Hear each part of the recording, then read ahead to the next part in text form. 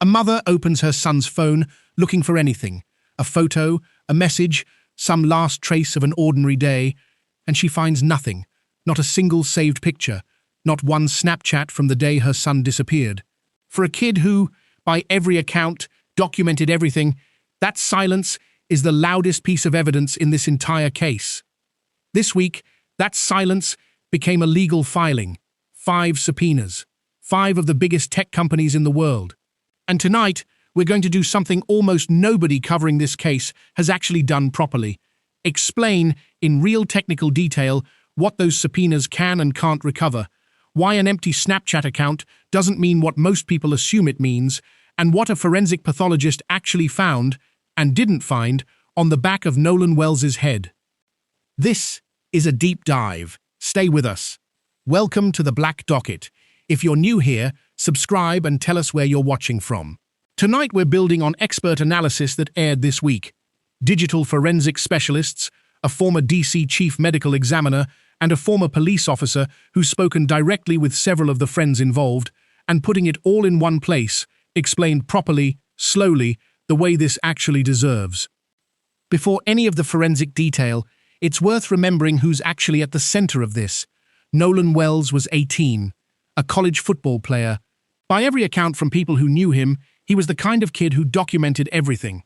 Pictures at gatherings, videos with friends, the type of person who'd walk up to his own mother at bedtime just to get one more photo taken before the night ended. That detail isn't incidental. It's going to become the thread running through almost everything we cover tonight. A kid who never stopped taking pictures, and then, on the one day it matters most, there's almost nothing there.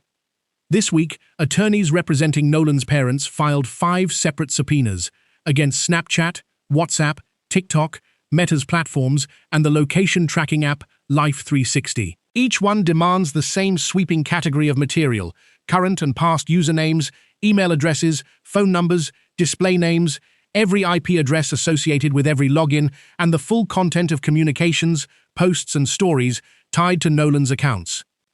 The direct trigger for this, according to Christine, Nolan's mother, was what she found, or rather, didn't find, when she finally got access to her son's phone. Both of his Snapchat accounts were completely empty. No saved photos, no snaps from that day. She said this was checked before the platform's normal 24-hour content expiration window had even passed, which is part of why it registered as concerning rather than simply expected. Here's where we need to slow down, because this is the single most misunderstood technical detail in this entire case, and getting it right changes how you should think about everything else. A parenting and digital safety expert who spent years studying how teenagers actually use these platforms explained it well this week. Snapchat was originally built around content that disappears. That's the entire premise of the app, going back to its earliest days. But disappears only describes what happens on the user's own screen. Once you open a snap and it vanishes from your view, that doesn't mean the underlying photo or video is gone from Snapchat's own servers. The company retains that content on its side, which is exactly why law enforcement has historically found Snapchat one of the more difficult platforms to get quick, complete answers from. The content often still exists, just not anywhere the original users can see it anymore. That distinction is doing enormous work in this case. If Nolan documented anything that day, and by every account, documenting a day like that would have been completely normal for him, there's a real possibility that content still exists somewhere in Snap's own infrastructure, even though it's long gone from any device anyone in this case currently has access to. It's worth understanding why platforms retain this data at all, given that the entire marketing premise of an app like Snapchat is built around impermanence. The answer is legal, not technical. Companies operating at this scale are subject to a range of regulatory and safety obligations, everything from law enforcement compliance requirements to child safety statutes, that require them to retain certain categories of data for defined periods, regardless of what a user's own interface shows them. There's also a practical reality. Instantly and permanently destroying every piece of content the moment a user's screen shows it as gone would make it nearly impossible for platforms to respond to exactly this kind of legal request, or to investigate abuse and safety violations reported after the fact. So the gap between what a user experiences and what a company actually retains isn't an oversight, it's baked into how platforms of this size are required to operate. That said, retention isn't indefinite. Different companies maintain different internal retention schedules for different categories of data. Some purge certain records within weeks of account inactivity, others hold on to server-side logs considerably longer. That's part of why the timing of this subpoena matters. Every week that passes is a week closer to any recoverable content potentially aging out of a company's own retention window, which is likely part of why the family's legal team moved on this now rather than waiting. WhatsApp sits at the exact opposite end of this technical spectrum, and it's worth explaining why, because it changes what this specific subpoena can realistically produce. WhatsApp is end-to-end encrypted. That means the platform itself, structurally, cannot read the content of messages sent through it, not because of a policy choice, but because of how the system is built. Even with a valid subpoena, even with a full warrant, investigators generally cannot recover what was actually said inside a WhatsApp conversation, because Meta itself doesn't have access to that content either. What a subpoena to WhatsApp can still produce is metadata, records showing that a message was sent, between which accounts, and when, without revealing what that message actually said. That's meaningfully thinner information than what Snapchat's subpoena could theoretically produce, and it's worth holding that difference in mind, rather than expecting all 5 subpoenas to return the same kind of answer. This is a distinction a digital forensics professor from George Mason University laid out clearly this week, and I think it's the single most important technical concept for understanding where this case actually goes next. A subpoena reaches a company's own servers. It asks, essentially, what does your side show? A forensic acquisition is a completely different process entirely. A direct, technical extraction of the raw data actually stored on a physical device. In this case, Nolan's phone itself. Here's why that matters so much. What you see on a phone's screen, through its normal interface, is only a small fraction of what's actually stored on that device at any given moment. Modern smartphones keep extraordinarily detailed internal logs, not just of what's currently visible, but of actions taken. If a photo gets deleted, that deletion itself typically leaves a trace, a log entry, sometimes a timestamp, even if the photo's actual content becomes difficult or impossible to recover. A proper forensic acquisition can capture that layer entirely, the fragments, the logs, the evidence of activity, in a way that simply looking through a phone's app interface never could. And here's the detail that connects directly back to the empty Snapchat accounts. If Nolan's phone had a passcode, and there's no indication it didn't, certain actions, like actually deleting saved content from the device, would typically require that passcode to execute. But even someone without the passcode, someone simply picking up the phone and touching the screen, would still leave a trace behind. An attempted interaction, a screen wake, an attempted power down, all of that gets logged, passcode or not. So the plan going forward, as it's been laid out by digital forensics experts covering this case, is essentially a comparison exercise. Match what these 5 subpoenas eventually produce from each company's own servers against whatever a forensic acquisition of the phone itself reveals. If there's a discrepancy, if the servers show content existed that the phone itself no longer shows any trace of, in a way that doesn't match ordinary use, that mismatch becomes its own piece of evidence, regardless of who's ultimately found to have caused it. Let's actually walk through what that comparison would look like in practice, because I think it makes the whole process feel less abstract. Say Snapchat's servers show that 3 photos were uploaded and later opened from Nolan's account on the afternoon of July 4th. Investigators would then look at the phone's own internal logs from that same window. If the phone's logs show those same 3 photos being captured and then deleted at specific timestamps, that's a consistent, mundane picture.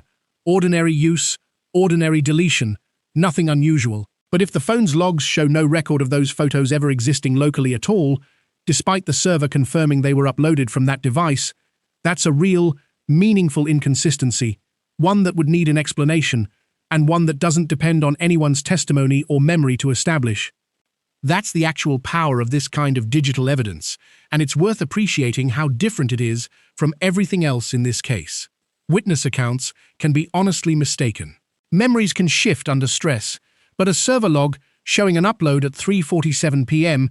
compared against a device log that shows no corresponding local record isn't subject to anyone's memory or motive. It's simply what the data shows.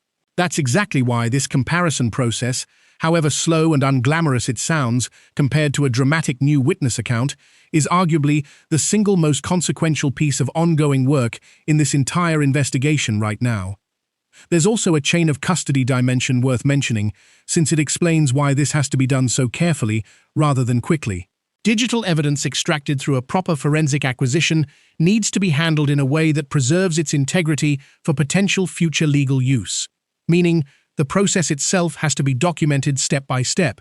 The original device has to be protected from any further alteration once extraction begins, and the resulting data needs to be verifiable as an accurate, unaltered copy of what was actually on the device. Rushing that process, or handling it informally, risks making otherwise powerful evidence far less useful later, which is part of why experienced digital forensics professionals tend to describe this as a slow and deliberate process rather than something that produces answers overnight. I want to be precise about sourcing here because this matters. A former police officer turned independent interviewer has spoken directly, on camera, with several of the young men who were on the boat with Nolan that day. Interviews that are already public, not second-hand claims. According to that reporting, the friends have said the phone was recovered from the boat and handed over without incident once Christine asked for it. No argument, no attempt to keep it, no one going through it beforehand, because, as one of them put it in that interview, none of them knew Nolan's passcode and had no particular reason to touch his phone in the first place. On the broader question of why there might be so little content from that specific day, the friend's explanation, according to that same reporting, is that reception on Horn Island is genuinely poor. Spotty enough that uploading photos or video to social media in real time wasn't really practical that day, even though people could still take pictures and videos locally on their own devices to look at or share later. The interviewer who visited the island himself has said he experienced exactly that kind of unreliable signal firsthand while filming there. That's a real, plausible explanation. It's also not the same as confirming nothing was ever deleted. It explains why less might have been posted publicly, not what specifically happened to content that may have existed privately on Nolan's own device. Those are two different questions, and it's worth not collapsing them into one. There's a specific nuance in this part of the case worth drawing out carefully, because it's exactly the kind of thing that gets flattened in faster-paced coverage. The friend's account, as relayed through that interview, was never actually that Nolan had zero content whatsoever that day. It was that heavy real-time social media posting wasn't practical given the reception, and that the group's attention that day was largely elsewhere. But Christine's specific concern, in her own words, wasn't primarily about missing public posts. It was about the complete absence of anything at all inside Nolan's own private accounts. No saved photos, no snaps sitting in his own history, checked before any automatic expiration window had even passed.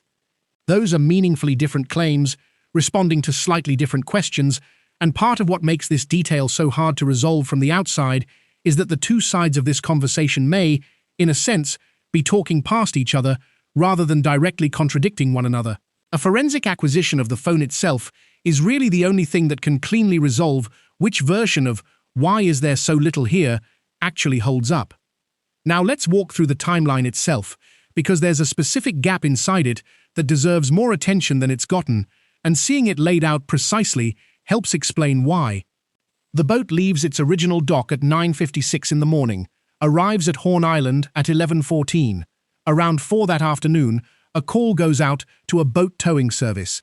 The bilge pump has failed. They're taking on water. At 4:31, a tow begins, running roughly 3 miles before the tow line is released, and the boat continues under its own power.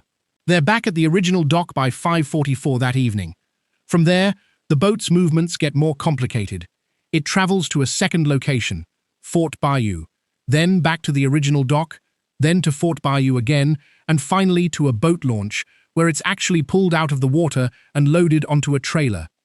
Somewhere inside that sequence sits a gap of roughly an hour and 13 minutes where the boat simply sits, motionless, at the dock.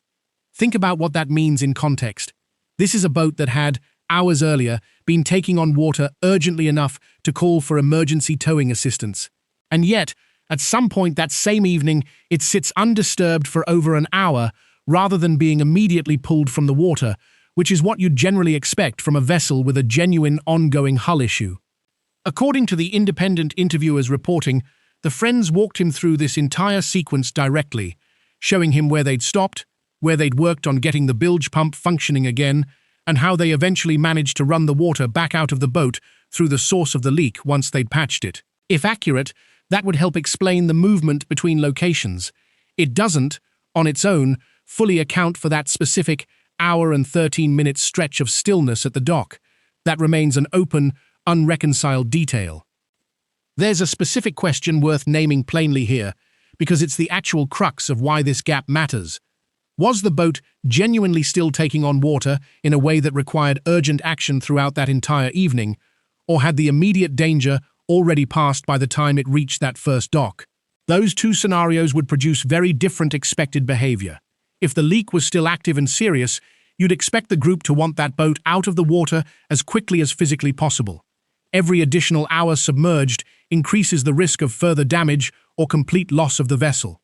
If the leak had already been effectively managed or patched by that point, an hour of stillness at a dock becomes a lot more mundane. People catching their breath, deciding next steps, waiting on someone.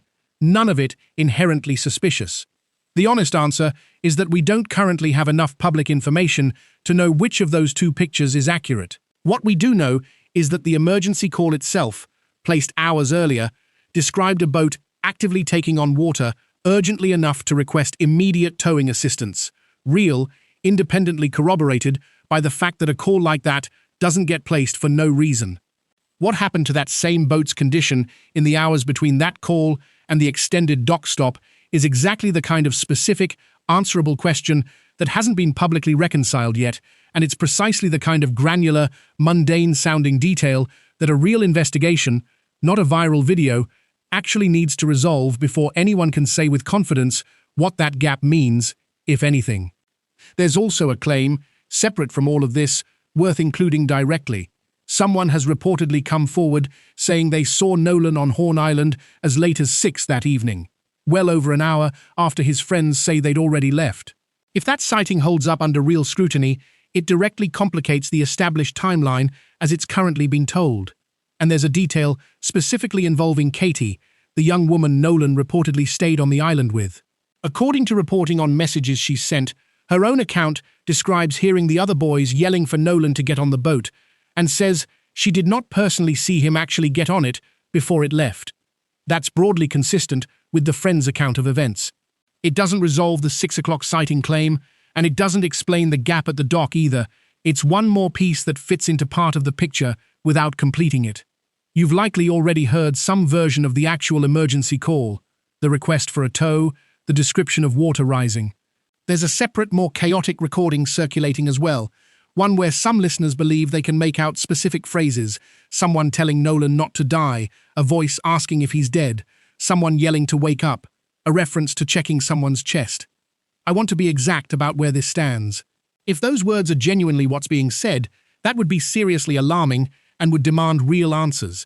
But according to the independent interviewer, who's spoken directly and at length with several of the friends who were actually on that boat, the panic captured in that recording is about the sinking boat itself, the failing bilge pump, the batteries going out as water rose, not a person in medical distress. Their account is that in that specific moment, everyone's attention was on the boat taking on water beneath them, not on each other. Neither interpretation has been officially confirmed by anyone with the authority to confirm it. That's the honest, complete state of where this sits, a disputed recording, 2 entirely different readings of the same handful of words, and no official resolution either way. It's worth understanding, too, why disputed audio like this is so genuinely hard to resolve through casual listening alone. Human hearing is remarkably good at fitting ambiguous sound to whatever phrase it's been primed to expect. A well-documented phenomenon, the same mechanism that lets people hear hidden lyrics in songs once someone tells them what to listen for. That's not a flaw specific to any one listener online. It affects trained professionals too.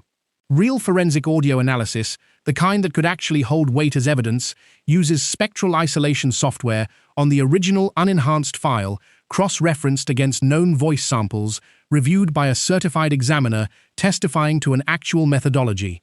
None of that has happened publicly with this recording yet. Here's a detail that's circulated with more certainty than it deserves.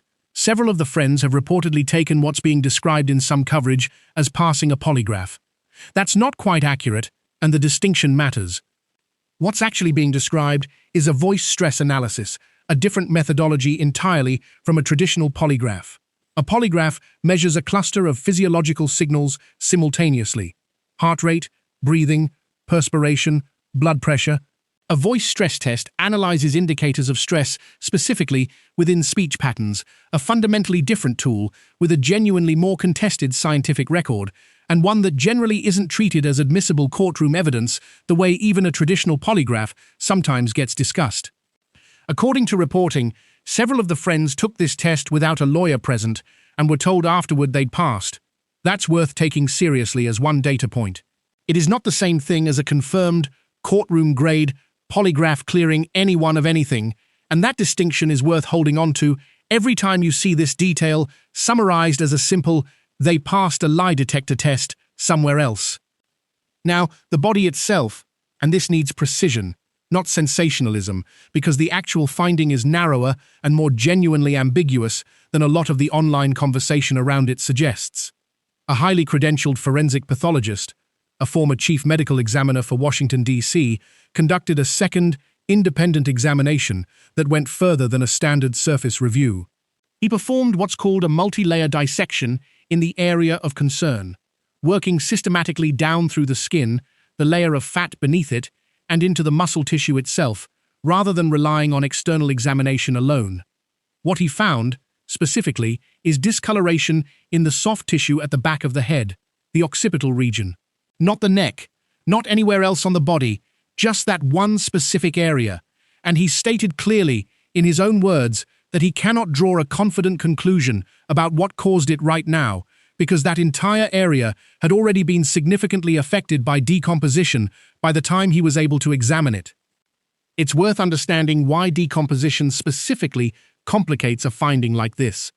As tissue decomposes, blood can settle through gravity, bacterial activity breaks down cellular structures, and heat and moisture exposure trigger chemical changes, all of which can produce discoloration that looks, to an untrained eye, similar to bruising caused by actual trauma.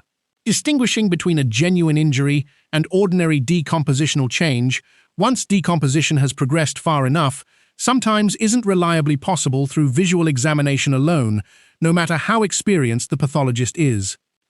There's a specific complicating detail worth walking through here because it's the kind of thing forensic pathologists actually have to weigh carefully, and it's more nuanced than a simple "decomposition explains everything" answer.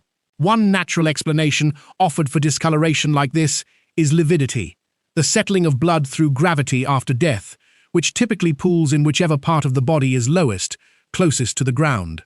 But that explanation depends entirely on the position the body was actually found in. If Nolan's body was recovered face down, gravity-driven lividity would be expected to concentrate on the front of the body, not the back of the head specifically. That's exactly the kind of detail that determines whether "it's probably just lividity" explanation actually fits the physical facts of how and where the body was found, or whether it doesn't quite line up. And it's precisely why an experienced forensic pathologist won't simply wave a finding like this away without accounting for exactly that kind of positional detail. None of that resolves the finding one way or the other. It illustrates why the pathologist can't yet interpret it isn't him being evasive. It's an honest acknowledgement that multiple competing, mundane explanations exist, and that decomposition has degraded the tissue enough that distinguishing between them with real confidence may not currently be possible, regardless of how much expertise gets applied to the question. What we also know is that the neck and the lungs were both specifically retained during this examination. The lungs make straightforward sense. Checking for signs consistent with drowning is a standard part of this kind of exam. The neck is a different, less immediately obvious question, and it hasn't been fully or publicly explained yet by anyone involved in either autopsy. A complete toxicology screening is also still pending, and it's worth being clear that this isn't simply a test for alcohol. It's a full-spectrum screening covering a much broader range of substances which takes real laboratory time to process properly. So here's exactly where the science actually sits tonight. Not confirmed as trauma, not ruled out as trauma, one specific, localized, real finding in one specific location that the person best positioned to interpret it has said, in his own words, he genuinely cannot fully interpret yet, given the condition of the remains he had to work with. I want to close with something about pacing, because I think it's the most important thing to understand about where this case goes from here.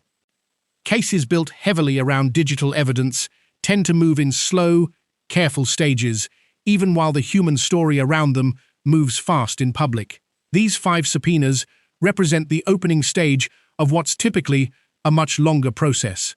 Once responses start coming back, assuming none of the 5 companies formally contests the scope of what's being asked, which is itself a real possibility worth watching for, investigators and the family's own legal team will need to cross-reference what the companies actually produce against whatever a forensic acquisition of the phone itself has already shown, if that's taken place. That comparison, done properly, takes real time, weeks, sometimes months, depending on the volume of material and how many separate companies are involved. That's exactly why a case like this can feel, from the outside, like it's gone quiet for long stretches, even while meaningful work is actually happening behind the scenes. The absence of a dramatic headline for 2 or 3 weeks doesn't mean nothing is happening.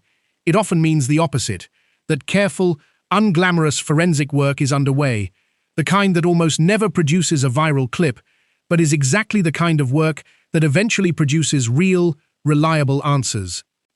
I also want to be honest about the range of ways this specific legal process could actually unfold from here, because subpoena filed doesn't guarantee a clean, fast resolution.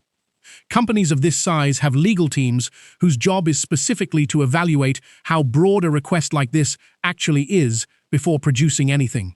It's entirely possible one or more of these 5 companies pushes back on the scope of what's being demanded, requests a narrower version of the request, or negotiates a partial production rather than full compliance.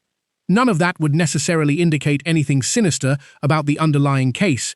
It's simply standard legal practice for any company facing a broad subpoena involving a user's full account history.